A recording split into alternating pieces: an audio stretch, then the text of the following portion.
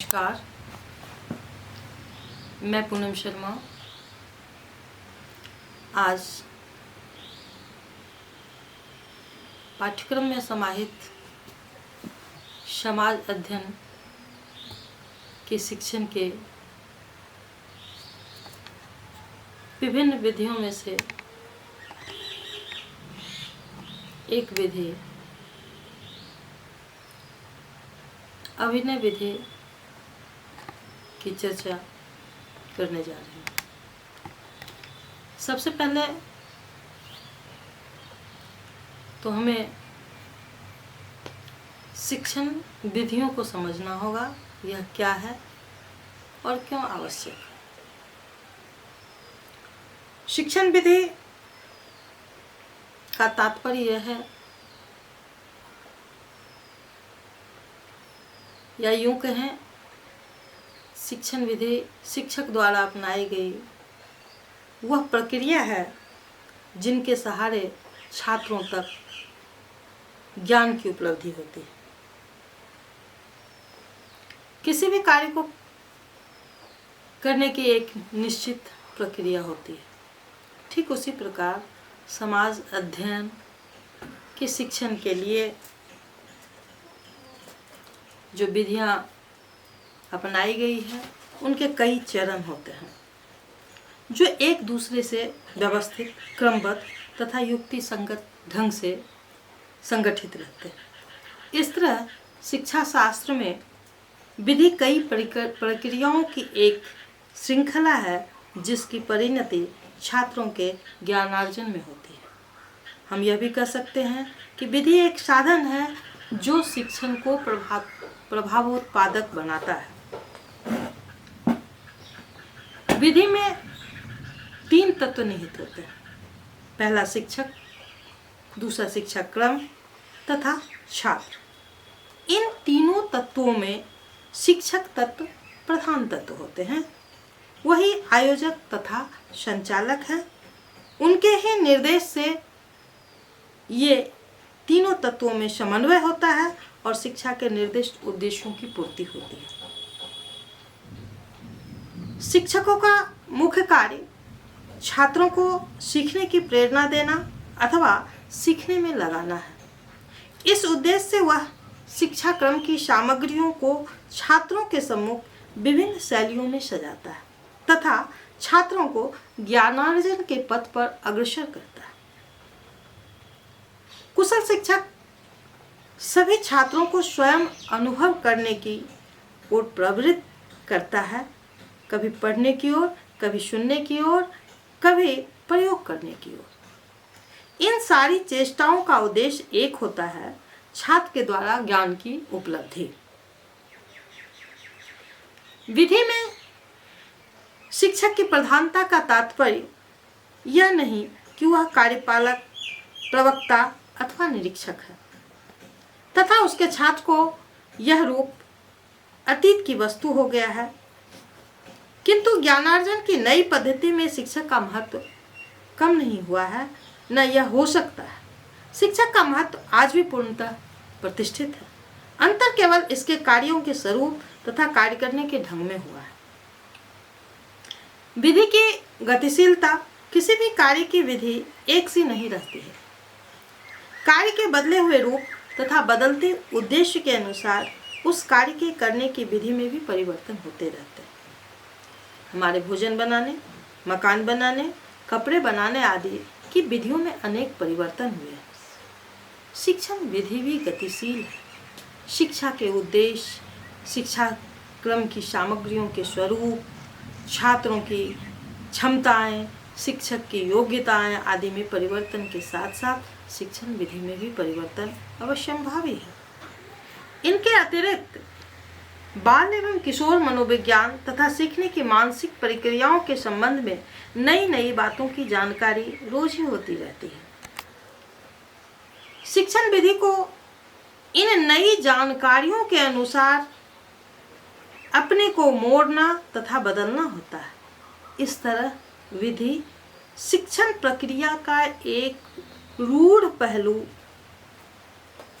ही नहीं बल्कि वह शिक्षा का एक प्रगतिशील व्यापार है जिसके बिना शिक्षा के उद्देश्यों की पूर्ति नहीं हो सकती है। अब मैं आपको विभिन्न विधियों की जानकारी देना चाहती हूँ संक्षिप्त रूप में। शिक्षण विधि की कई विधियां हैं, जिनमें प्रमुख विधियां निम्नांकित हैं।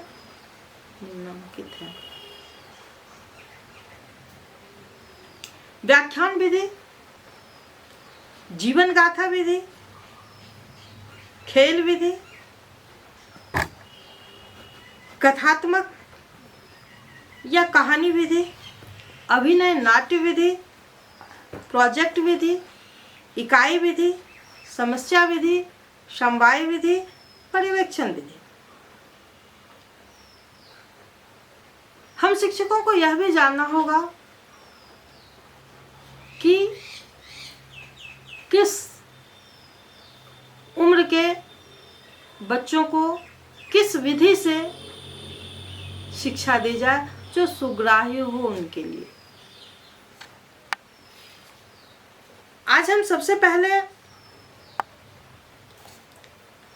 अभिनय नाट्य विधि की चर्चा करेंगे, जो बच्चों के लिए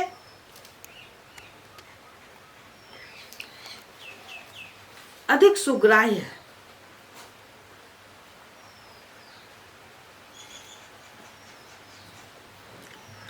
अभिनय का अभिप्राय है छात्र किसी ऐतिहासिक व्यक्ति या घटना से संबंधित किसी प्रसंग को छोटे से नाटक द्वारा पेश कर अतीत का सजीव बनाने का प्रयास करें। गौतम बुद्ध, राणा प्रताप, शिवाजी आदि ऐसी विभूतियां हैं जिनके बारे में नाटक द्वारा छात्रों को पर्याप्त जानकारी प्रदान की जा सकती है। सिकंदर और पोरुष का युद्ध, हल्दी घाटी का युद्ध, महात्मा गांधी की दांडी यात्रा आदि घटनाओं का भी अभिनय आसानी से किया जा सकता है। इस प्रकार का अभिनय इतिहास शिक्षण में विशेष उपयोगी सिद्ध होता है और इसके माध्यम से छात्रों के सम्मुख अतीत का चित्र उजागर होता है। छात्रों में एक बहुत बड़ी विशेषता यह होती है कि वे सदैव कुछ न कुछ करना चाहते हैं। उन्हें कुछ न कुछ करने में ही आनंद आता है। शांत रूप से बैठा जाना बालकों की प्रवृत्ति नहीं होती। यूं भी कहा गया है, खाली दिमाग शैतान का अड्डा। शिक्षण के समय बालकों की इस प्रवृत्ति का लाभ अभिनय के माध्यम से उठाया जा सकता है। बालकों में अनुकरण अभिनय की कला स्वभावतः जन्म से ही होती है। हम देखते हैं कि परिवार में रहकर एक छोटा बालक अपने परिवार के सदस्यों की ही नकल करता है। उनके चाल ढाल का अभिनय करता है। तो इस प्रकार से हम देखते हैं कि बच्चों में अनुकरण और अभिनय की कला स्वभावतः जन्म से ही होती है। शिक्षण में बालकों की इस प्रवृत्ति का लाभ उठाना उचित ही है। अभिनय के द्वारा बालकों का मनोरंजन तो होता ही है, साथ ही साथ छात्रों को विषय की जानकारी भी प्राप्त होती है। अभिनय के माध्यम से इतिहास रोचक और सजीव बनता है। जब कोई छात्र किसी ऐतिहासिक पुरुष का अभिनय करता है तो वह उसके चरित्र को सामान्य रूप से नहीं जानता, वरन उसके वास्तविक पुरुष के रूप में जानने में समर्थ होता है। वह उनकी भावनाओं और विचारों को भी समझने का प्रयास करता है।